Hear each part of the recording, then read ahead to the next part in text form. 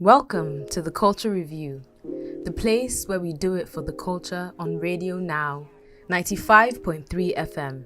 Here, you get the scoop on Nigeria and Africa's cultures, ranging from art exhibitions, traditional religious worship, books, festivals, music videos, to locally made arts and crafts. My name is Olufisayo Bakare. This is a Culture Review special, a guest-on-guest episode, and I will be having a conversation with Hannah O'Leary, the director, head of modern and contemporary African art at Sothebys, London. Sothebys is a British-American founded multinational corporation and one of the world's largest international marketplaces for African art and artists. We will be speaking on Nigerian art, collectors and curators, Sothebys' work and their interest in African arts, artists, and general conversation on contemporary art. Hannah, please tell us about your career path and how you have ended up at the world's greatest auction house. Oh, wow. That's a big question. It's one I'm asked a lot. I'll be honest and say I didn't study African art history. I have a degree in art history. I have a master's. And in the 4 years that I was studying, we really didn't talk about Africa. Maybe occasionally when we spoke about Picasso and some of the European modernists and the influences they would have had, but we never explored modern and contemporary African art history. And that's something I think is a real shame, and I hope will be addressed in the near future because it's still the case. So for me, I graduated in art history. I did an internship for Sothebys in Ireland, where I'm from, and then I moved to Australia and worked for them there. Then I moved to London because I wanted to be in the capital of the art world, where all the action was. And I worked for Bonhams, another auction house, and we started sales of African art there, among many other sales that I was working on. But the African art market started to really take off with these first international sales, and I never looked back. Mm-hmm. So I was there for 10 years. I was the head of contemporary African art there. When Sotheby's came knocking and said, we'd really love you to join us and build that market even further with a bigger company like Sotheby's. So that's where I am today. That's very interesting. This thing about African art history that is missing in the narrative, how is it that we can go back to fill in the gaps with the art that we do have, the ones that are either being sold or the ones that are being showcased in exhibitions? I feel very attached to this conversation, specifically because I am an African, and quite a bit of that history has been lost on me. So I grew up in Nigeria until I was 7, and I left and came back after, my formative years, and all of that blew over. And so the history that would have been taught in secondary school at the level at which I left, I didn't learn about it. It was only through, reading and being very intentional about knowing about these people that my forebearers are the ones that came before me. And so how is it that chasm is being filled? Is there a way that, I guess, outside of the auction house in general with the institutions of learning, how is that being something that is up in the narrative or the conversation? Yeah, that's such a great question. It's so important, and it's all related to the market as well. The art history doesn't exist in a vacuum, and as these prices build, so will the investment in academia, in publishing, in education is all coming alongside with it, which is really, really exciting. I mean, I took it for granted growing up in the UK and Ireland that we had access to arts education, that we had free museums, that we had the greatest art in the world on our doorstep. And we were encouraged to go to those museums. At the same time, those museums and those galleries boast that they're international galleries, that they're showing us international art, right, that the auction houses are selling international art, that my degree was in international art. And the continent of Africa, by and large, has been left out of that story. And that's just incorrect. And I think that finally the world is opening up to that. And it's not just about Africa. It's about the global south in general. I think many of my peers and colleagues from Oceania, from Latin America would agree that there are huge regions of the world that have been left out of the discussion. And I'm going to bring the market back into it as well. Yes. You know, what's changing is the buyers and the buying power. You know, the most powerful buyers at Sotheby's right now are Asian clients. And there's no doubt to think that in future that could be our African clients as well. And they're going to dictate what we value, what we read about, what we see in our museums. And that's really exciting. That's quite a powerful cultural dialogue, because China has kind of taken over manufacturing as well, right? So everything is made in China. But if you look at the Chinese art market, contemporary Asian art only started being promoted in the early 2000s. It was only 20 years ago. And that market kind of grew and grew. It's very similar to what we're seeing with African art at the moment. And like I say, today, I think we just published our mid-year results. And I think they said about a third of our buyers at Sotheby's with regards to value are in Asia. Wow. Yeah. So American buyers, European buyers are no longer the most powerful people in the art world. Wow. That's something to chew on. It's my understanding that art is categorized, or the genres of art are categorized by their stylization. So, for example, Cubism is kind of like a broken contortment of figures and forms. Futurism it speaks of speed. Surrealism is the unknown realm and the intangible realm. Is there a unifier that identifies African art? Another question I get asked a lot. I think African art is a bit of a misnomer. It's a way to my earlier point, it's a way of giving a platform to a whole region that had been overlooked by and large. Not locally. I'll always advocate for those local markets on the ground in Africa, but I'm talking from an international standpoint. I think it's such a broad continent. We're talking about 54 different countries. We're talking about a large and very varied 100 years of art history. I think it's very hard to categorize African art in any kind of meaningful way apart from those geographical boundaries. I don't think you could say that Moroccan art and South African art has much to do with each other. Right. Yeah. But within that, there are so many varied and exciting art histories to be told, and different schools and different movements. Much like you're talking about Cubism and Surrealism, you also have similar movements, contemporary movements on the continent as well. I know that globalization has played a huge role in the representation of art, but by and large, African art the sculptural aspect of African art usually uses recycled materials. How has globalization shifted that from the output on the continent? Okay. I mean, sculpture, Africa and particularly West Africa has such a rich history in sculptural production. And it's also where we find the very beginnings of, actually, it's where modern art in the West comes from, is African sculpture. And when that was discovered and exhibited in the West, that's when European modernism really begins. Right. And when you talk about recycled materials, I think there's a great culture in Africa of using and reusing materials that are to hand, right? And so the idea that you have to import expensive oil paints and canvases and things isn't always practical. Elan Sui, the great Ghanaian artist who's based here in Nigeria, often talks about this. You know, when he was starting out his career in the 1970s, he was trained in painting, but he couldn't get his hands on the material. So he looked around him and thought, what can I use? There's a plentiful supply of wood here, wonderful tropical hardwoods here. I'm going to use those and create great artworks, great paintings with those instead. And then he did the same 20 years later. He found those bottle caps that had been discarded and he thought there's something in this. And it took him a couple of years to hit on this idea of crushing them and making these beautiful tapestries out of them. And now they're world famous. Yes. So I don't know about, I mean, often it's understood as a criticism of the West and that influence and influx of waste and that culture on Africa, which is often has that political standpoint as well. But I think it also comes from that history of just use and reuse and recycling that is embedded in culture here, that maybe we have such a throwaway culture in the West. Right. At the moment, the Sothebys is conducting free appraisals for their upcoming contemporary African art auction in Lagos and Accra. How has the response been like? Have you began the appraisals yet? Yes, the response has been fantastic. You know, I wish I could spend so much more time here. Every time I come, I run out of time, and I think next time I'm staying for longer. Right. Maybe I need to live here. So today I've been on the move since 8 a.m. and I think my final appointment is at 10 p.m. Wow. The response has been great. You know, the sales that we have in London at Sothebys have been transformative. We've really taken the market to places that we hadn't seen before.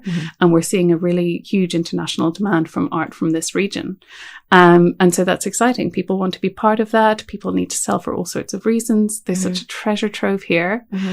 So this is my first overseas trip since March 2020, I was also in Nigeria. That was the last place I went to. It was the first, I knew it would be the first place I come back to. It is the most exciting place for me on the continent. And there, I learn so much every time I come here and every time I speak to collectors. I further my education. To our earlier point about not having a background in African art history, I learn from the collectors. I learn from the artists.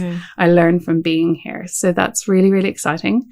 And today I've discovered more works. I mean, we've spent 18 months in lockdown, and it's been great to have the technology that we can do appraisals online. We can have FaceTime with people. We can do that virtually, and it's been very effective, but nothing beats being in front of the paintings. I completely agree. And to speak to the spirit of the city of Lagos, specifically in Nigeria, I think there's something magnetic about it that causes you to want to always come back, or leaves a nostalgic feeling for you to actually come back and revisit the city. So we'll be more than happy for you to take up shop or to find residence in Lagos. You're more than welcome to do that. Thank you. Right. So there's a West African focus. I know that there are different, you had mentioned Morocco earlier. I know there's the Zeit Mocha in South Africa. Are there any other appraisals that are going to happen over the course or over the continent toward the African art auction that is coming up? Or is it specific to the West African production and art objects? Well, I wish I could get everywhere. As you all know, the landscape at the moment for travel is really restrictive. So a lot of our appraisals still are online. And actually, we find a lot of art outside the continent as well. Sometimes the most exciting discoveries are pieces that might have left 50 or 60 years ago. In the past, we've done appraisals all over. I mean, we go to South Africa regularly, Nigeria regularly. But we also go to Morocco, Ghana. We're seeing more and more interesting pieces coming out of places like Ethiopia, Uganda, Tanzania. I wish I could get to every single African country. I don't quite have the hours in the day to do so. Right. But as this market grows, yes, I think you'll be seeing us in more and more countries as time goes on. The deaths of Bisi Silva and Okwi Erenzo, and more recently, Professor Yusuf Grillo, have left cavities in the presentation and curation of African contemporary art. As a curator, I believe that they have almost left a chasm that can't be filled. How is Sothebys helping to fill this gap? And I'm talking more from an institutionalized point of view, because art is still quite in an emerging scene in Nigeria, and the institutionalization of that art, right, from the curator's point of view or the ecology of art production in general, is still quite weak. How is an established institution like Sothebys assisting with strengthening the budding curators and possibly established ones? I don't know that there are that many on the continent or in Nigeria anymore. I might be a little ignorant to that. Yeah, I think, BC and Okwi, losing both of those behemoths within weeks of each other was devastating. I think for all of us, they had been so supportive in the work that we all do in the African art ecosystem. I would disagree with your comment, though, about them leaving a chasm, because I think they built an amazing foundation. Both of them were great mentors. I feel like they personally mentored me. I know hundreds of people who would say the same thing. I think BC's left behind an amazing legacy in the work that she's done in establishing CCA Lagos. And so to your question, the first very practical thing that we want to do at Sothebys is support the work that CCA Lagos are doing. Mm-hmm. We want to support them with a fundraising auction, which we hope is going to take place this year. Okay. We need artist support, we need buyer support, but that's going to see the long-term legacy of BC fulfilled. And as you know, she managed an artist training program, a curatorial program, the library, the research program. Right. All of that is so key in building the next generation of curators. OCWI as well, if BC was that kind of beacon on the continent, OCWI was the kind of spokesperson for African art internationally. Right. Similarly, if you look at some of his mentors who are doing great things at the moment, you've got people like Osai Bonsu, who's leading the efforts at Tate Modern or Tate International in London. He's heading up the African Acquisitions Committee. You've got people like Dr. Smooth in MoMA. You've got all of these key people who are from the continent, who are now at major institutions worldwide, who are making sure that African art is seen, Africa is on the global art map. I hope that we're doing our part at Sotheby's as well in the marketplace. We're certainly encouraging people to apply for our internship program. We've got the Sotheby's Institute, where I see amazing people coming through and then going on to do great things in the African art world. So like I say, I think, yes, it was a small pool of people who were beating that drum, but actually they're leaving behind so many more people. They were, as someone described it to me, that old cliche that we're all standing on their shoulders. Yeah, absolutely. Yeah. It's communal effort in Africa. It takes a village, is what we. Yeah, I like that. Well. I like that. That applies. Yes. The world is fast becoming virtual. And the advent of NFTs, non-fungible tokens for those that are listening, how has that caused a disruption in the global auction market? And what is your take on this?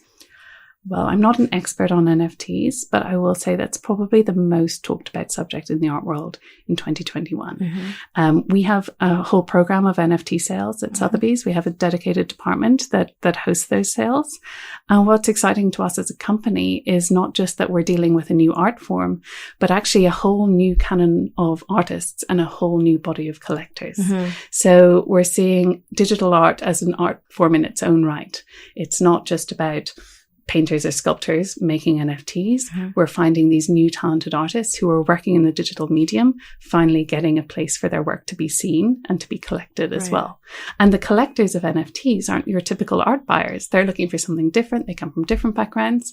And hopefully we're going to see a little bit of crossover. So those people who are in that very niche field previously of NFT collecting, as it goes mainstream, hopefully they'll be more integrated into the art world and vice versa. Those of us in the old school art world we want to go more digital. We're going to have to look at this NFTs are here to stay. And beyond the art form, the NFTs, the blockchain technology has amazing applications for the art world. And especially not just especially, but also for the African art world. Things like authentication, ownership, all of these pieces, all of those elements can be verified by blockchain technology. And that's really exciting. We have some museums in Lagos. I don't want to say the entire nation because I don't know the entire nation. I know Lagos a little more particularly because I've lived here the longest. We have museums and we have some that are coming up and that are teaching or touching on specific cultures. Like there's a Yoruba museum coming up on Lagos Island. There is the established National Museum, which is, it needs some level of upgrade. But then there's also a museum that is spoken of in Benin that is supposed to be under construction, or maybe they're doing the design work right now for it. I don't believe that we have the technology for preserving these works. And so what you would see is a lot more of our relics are in stores. Because I've spoken with the director of the National Museum in Onikon, which is on Lagos Island, and they do send or lend some of the art objects to the British Museum, for example. But then the preservation of these things is also something that is very lacking in the art education in Nigeria. Is there any intentional thing that Sotheby's, aside from the institute that you had mentioned, the institution, the education institution, is that correct? You had said Sothebys Institute. The Institute, right. And then there's some internships that you have as well. Yeah. Is there something that the West is doing to help? So I use Sothebys and the West kind of interchangeably in this dialogue for the purpose of the conversation, but is there anything that they're doing to assist with that preservation? Because, there's standards for museums, especially when it comes to the preservation of the art. I went to the Yemisi Shillong Museum of Art, and there's some pieces that are not so well taken care of. Yeah. And I don't know that there's anything that we can do to kind of redeem the past glory, but to kind of preserve that is also important. Because if a collector, for example, had something that wasn't stored properly, the material will start disintegrating and it gets devalued. So what else? Because it helps Sotheby's in the event that a private collector wanted to kind of auction off one of their pieces in their collection. What ways are, is that ecosystem being strengthened in the longevity of the preservation of African art? Right. Well, again, this is related to the marketplace. As pieces are more valuable, there is a reason to hold on to them, to preserve them, and to spend money on their preservation as well, because that's a whole art form in its own right, conservation and preservation. And it's something, as you've already mentioned, there weren't that many institutions here in Lagos. Thankfully, there are more being built, but preservation is going to be a huge part of their role in caretaking of those pieces. We work with conservators in London and in other parts of the world who are very familiar with African artworks, who are able to conserve them. Most pieces some treatment can be made to either restore them to their former glory or certainly to stop the deterioration. You can imagine in a city like Lagos, it's hot and humid, that I see a lot of different pieces in different conditions. Mold and mildew can be a big problem. Right. And so education on how to store an artwork, how to look after an artwork is key. And that's something we certainly give at Sotheby's. We can guide people when it comes to how to frame something correctly, how to make sure an artwork on paper is in the correct mount, with the correct glass that might preserve it from UV rays, hanging it in the right place, not too close to sources of damp, sources of heat, that kind of thing. We definitely advise our clients on that if they need it.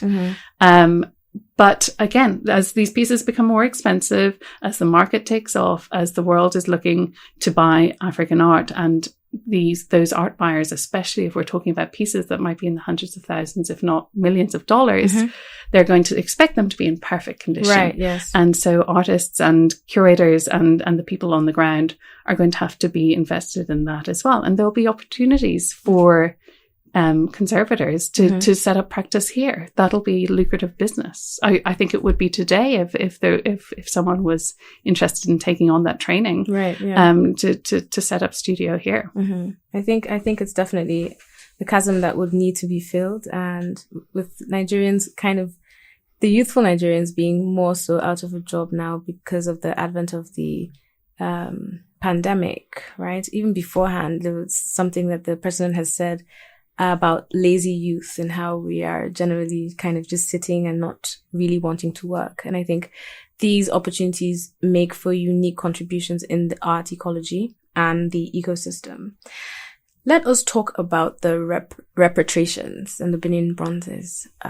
We hear news that there are some bronzes that are coming back to the continent of Africa.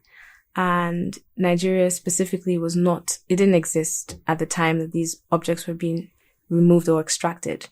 And now there's a disparity between where they're going to go. And this is kind of just an opinion piece. I don't really expect that. I mean, it's a Nigeria problem, right? Or it's a Western to Nigeria agreement of sorts. Where do you believe that these art objects should go? Should they go back to the royal courts where they were extracted from ideally? Should they go into museums so more people can see it, more Nigerians can see it? Or should they be the responsibility of the federal government to figure out where they're supposed to be? Yeah. Well, I mean, I have to caveat this by saying I'm not an expert in this field at all. I'm an expert in contemporary African art. My personal belief is that certainly the pieces should be repatriated. They were removed illegally and they should be back in this country. I think what's exciting, all of those problems are very valid problems. I wish I had the resolution. I think everyone would be shocked if I was the one who had the answer. Right, yes. But what's exciting is that the conversation is being had, right? I feel like for so long, this conversation wasn't even on the table. You know, Nigeria was asking for the pieces back. The Obas Palace were asking for the pieces back, and the British and the Europeans weren't listening. There's nowhere for us to send them. They'll be lost. They'll be stolen. They'll be destroyed. They'll rot, whatever. Right, yeah. And now everything has changed. I think most people in the West understand the reason that they should be repatriated, understand that maybe they were taken not in a rightful manner, and that there may be a way to resolve this that might even keep everyone happy to a degree. My understanding is that the Obas Palace see those bronzes as their greatest a signifier of culture, and that they are quite happy for the world to see them and to understand that this was the cradle of great civilization. So they want pieces to remain in Europe, but they want key pieces to come back. I think the idea behind the Edo State Museum was that they would build this home that would be worthy of their repatriation, so that those governments would see that repatriating those works is a viable option. And I think that the issue there is the cultural differences, right? We just assume in the West that the federal government are the ones that we should be in conversation with. Right, yeah. You understand here in Nigeria that the rightful owners are the Oba. Yes, and his royal house. Exactly. What's exciting is that this panel has been put together where we have representation from the federal government, from the state government, and from the Obas Palace. And hopefully those talks will continue so that they are the ones who can be the decision makers, and they can be the ones that decide where they go to. I think that this museum, if it's done in the right way, correctly, and with every sensitivity to local cultural practice, could be one of the greatest museums in the world and could attract visitors and tourism and authors and researchers from all over the world. Yeah. And that's exciting. I agree. On a lighter note, as we round off, can you tell us some of your favorite Nigerian artists and why? Oh, how long do you have? Let's do top 5. Oh my God. I really don't know if I can limit it to 5. I'm going to start with the great loss that we had on Monday, Yusuf Grillo. What an amazing gentleman and genius. One of the greatest modernists this country produced. His passing is such a devastating loss on the art community. And I think we're only it'll take a while to process that. I'm going to name the big one, Menemomu, who's one of the artists with whom I credit my entire career. Wow. I remember when I first accepted one of his works for sale at Bonhams, and my boss told me I didn't know what I was doing and it wasn't worth anything. Wow. And that was a long time ago. That must have been in 2007 or so. And I think, it had an estimate of about £500 and it made about £30,000. And we thought, okay, there's something here. We should explore this market, right? Others, let me think of some contemporary artists, Nengi Umoko, She's showing actually at the exhibition, upcoming one. Right, exactly. So we should give a shout out to Nengi. to Nengi, but also to the exhibition that's opening this weekend at the Shillong Museum. Yes, so it's called the Invincible Hands, and we're showcasing 40 female artists and just about 70 works, ranging from tapestry to fine art, sculpture, and it's quite exciting. It's quite exciting to be at the forefront of the championing the voices of women. They're all very different. But what is most common among these pieces is the technique and the time that they have taken to kind of produce these art forms. And so it's a celebration of the Nigerian women who are often, women are often marginalized from the conversation because it's largely a patriarchal platform or society that, art is being produced in. And so to extract 40 names over the course of about 8 months has been quite an eye-opener, and I want the entire world to see it. But by virtue of us being here, I definitely want as many Nigerians or Lagosians to go out and see it, because it's definitely a history piece, and I think this is a historic moment as well. In a few years from now, I believe that the works of these women will be studied, because it takes a historic lens as well. It starts from the art history that is missing in our education, and it tries to bring it to more modern and contemporary terms. So it's quite interesting. But yes, Nengi is showing. 3 of her pieces are showing, so it's quite interesting. I'm so pleased that you're working on that show, because I agree. I think it's going to be historic. And in honor of that, I'm going to finish my list with female artists, because most of the artists that I love and adore and collect for my own collection tend to be female. Okay. So apart from Nengi, I would rate people like Modupe Faduba, someone I consider a personal friend. She is so talented. She showed me her new work last week, and I cannot wait for the world to see it. It's been 3 years since her last exhibition, and I think she's included in that show as well. She's showing. So definitely go and check that out. And then finally, I'm going to end on actually the highest selling Nigerian artist of all time, Njideka Akunyili Crosby, who is so young and so talented. She's from Enugu. She lives in Los Angeles, and her work really speaks of that immigrant experience, the African immigration experience in America, being African American, being an African abroad, being an African away from home. Right. Her work has so many layers. It's so intense. It's so personal. I just adore her. She's still in her 30s. She has such a huge career ahead of her. And her work, I mean, we've sold her work at Sothebys for, I think the top price was about $3.5 million. So almost 3 times the price of Benin Bronzes, which is surprising. And I hope we can, I hope there'll be a little bit of, leapfrogging, that we'll see that record broken over and over again. And I'm sure we're going to see that record broken over and over again, because Nigeria boasts so many world-class talented artists that should be up there with their international contemporaries, and should be making 7 figures as standard, right? right. Standard, yes. So, I mean, Njideka is really leading the way in that respect. But I think she would also agree that there are so many of her contemporaries that deserve to be up there with her. I agree. I definitely want to thank you for your time today. I know it's a labor of love, because you're on your way to Accra. On your way to Accra as well in a few days. And I really just want to thank you for your time and your contribution to the narrative, the contemporary African art narrative. It's been a pleasure speaking with you and meeting you in person for the first time. And I hope that our paths will cross in the nearest future again, when we sit at, I believe, a round table or at an auction house and have a more in-depth conversation as to how the market is thriving. Oh, thank you so much. I've so enjoyed our conversation. I'm honored to be here.